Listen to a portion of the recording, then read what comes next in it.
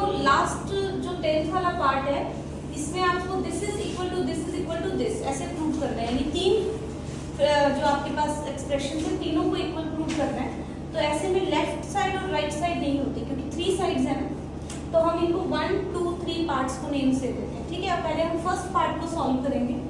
First part को भी हम थर्ड के इक्वल शो कर देंगे, फिर सेकंड पार्ट को भी थर्ड के इक्वल शो कर देंगे, तो ऑब्वियसली तीनों इक्वल हो जाएंगे। ठीक है, तो फर्स्ट को लेके चलते हैं। फर्स्ट क्या है 1 + tan square a upon 1 + cot square a। Sine cos वगैरह में कन्वर्ट करने की जरूरत नहीं है क्योंकि सारा क्वेश्चन ऐसे ही चल रहा है tan कोट में, तो शायद ऐसे ही सॉल्व हो जाए, जरूरी नहीं है हो, पर हम कोशिश करेंगे ऐसे ही हो जाए। ठीक है, 1 + tan स्क्वायर a से मुझे कुछ याद आ रहा है, secant स्क्वायर है ना, सेकंड वाली आइडेंटिटी जो थी, तो 1 + tan स्क्वायर a सीधे सीधे हमारा क्या हो गया secant स्क्वायर a, और 1 + cot स्क्वायर क्या हो गया cosecant स्क्वायर a। ठीक है, cosecant स्क्वायर a। लेकिन जो हमें चाहिए, हमें बनाना है इसको tan स्क्वायर। ठीक है, तो secant स्क्वायर को हम रिवर्स करके क्या लिख सकते हैं, secant स्क्वायर को लिख सकते हैं 1/cos स्क्वायर a, और cosecant स्क्वायर को लिख सकते हैं 1/sin square a। That means ये बन गया sin square a/cos square a। अब आपको पता है sin by cos tangent a होता है, तो sin square by cos square क्या हो गया tan स्क्वायर a। यानी आपका जो फर्स्ट पार्ट है वो थर्ड पार्ट के इक्वल आ गया। ठीक है, फर्स्ट और थर्ड इक्वल हो गए हमारे।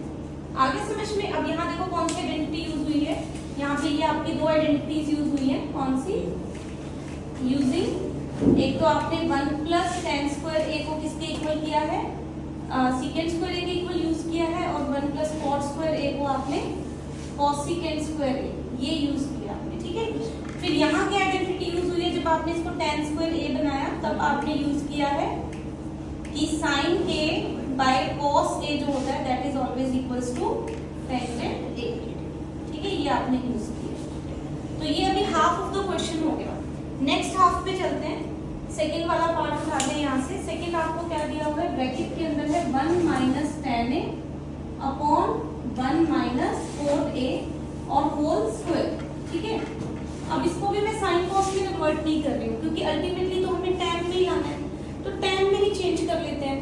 अब न्यूमरेटर तो ऑलरेडी tan में है 1 - tan, कोट को कैसे लिख सकते हैं, कोट को कैसे लिख सकते हैं tan की फॉर्म में 1/tan, कोट और tan रेसिप्रोकल है ना, तो कोट को हम क्या लिख सकते हैं 1/tan। ठीक है, होल स्क्वायर चल रहा है, चलने दो।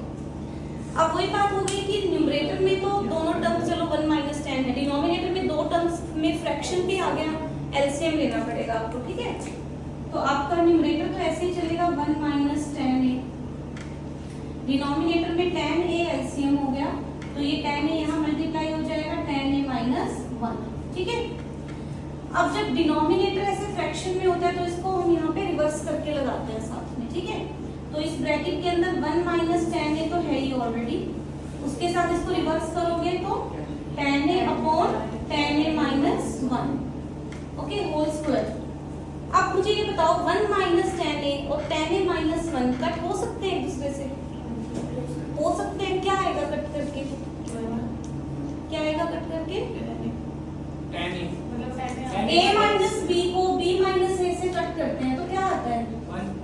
नहीं, अगर आप a प्लस b को a प्लस b या b प्लस a से कट करोगे फिर तो 1 आएगा, -1 आता है ना, क्योंकि a माइनस b को जब माइनस से मल्टीप्लाई करते हैं तो b माइनस a बनता है। ये मैंने पहले बहुत बार बताया आप लोगों को कि a माइनस b, और यहाँ अगर रिवर्स हो b माइनस a को, दोनों को कट करोगे तो हमेशा -1 आएगा। ठीक है, अगर आपको ऐसे नहीं समझ में आता तो पहले इसमें से माइनस आप कॉमन ले लो। नेक्स्ट स्टेप में आप क्या करोगे, यहाँ से माइनस कॉमन ले लो, तो ये क्या हो जाएगा, ये माइनस का हो जाएगा, ये प्लस का हो जाएगा, यानी ये बन गया tan a - 1, और यहाँ पे भी है tan a और डिनोमिनेटर में भी है tan a - 1। ठीक है, अब ये कंप्लीट फैक्टर, ये कंप्लीट फैक्टर कट होगा, सिंगल सिंगल टर्म कभी भी नहीं होती।